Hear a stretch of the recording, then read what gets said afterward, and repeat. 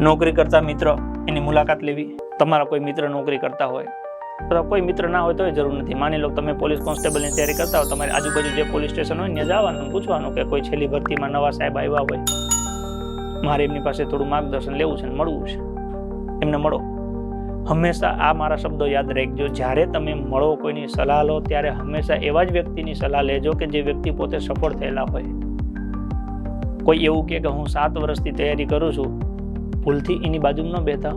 જે પોતાની જાતને 7 વર્ષ સુધી માની લો કે પાસ ન કરાવી શકે, એ તમને તો 14 વર્ષ સુધી નહીં કરાવી શકે. એને તો એવું જ કહેવાનું કે આ વાહનને 20 ફૂટ સેટું રાખો. ખ્યાલ પડે? તમારે તલાટી બનવું છે તો જે નવો તલાટી બન્યો એને મળો. તમારે જીપીએસસી યુપીએસસીની તૈયારી કરવી છે તો જે જીપીએસસી યુપીએસસીમાં સફળ થયા છે એને મળો. એવા જ વ્યક્તિને મળો કે જે પોતે સફળ થયા છે. તો એ તમને સફળતા અપાવડાવી શકશે, કેમ કે એને અનુભવ છે. એ પોતાના સારા પાસા, નબળા પાસા તમારી સમક્ષ મૂકશે. એની કરેલી ભૂલો એ તમને કહેશે, તો તમે એ ભૂલો નહીં કરો એટલે તમે વહેલા સફળ થશો.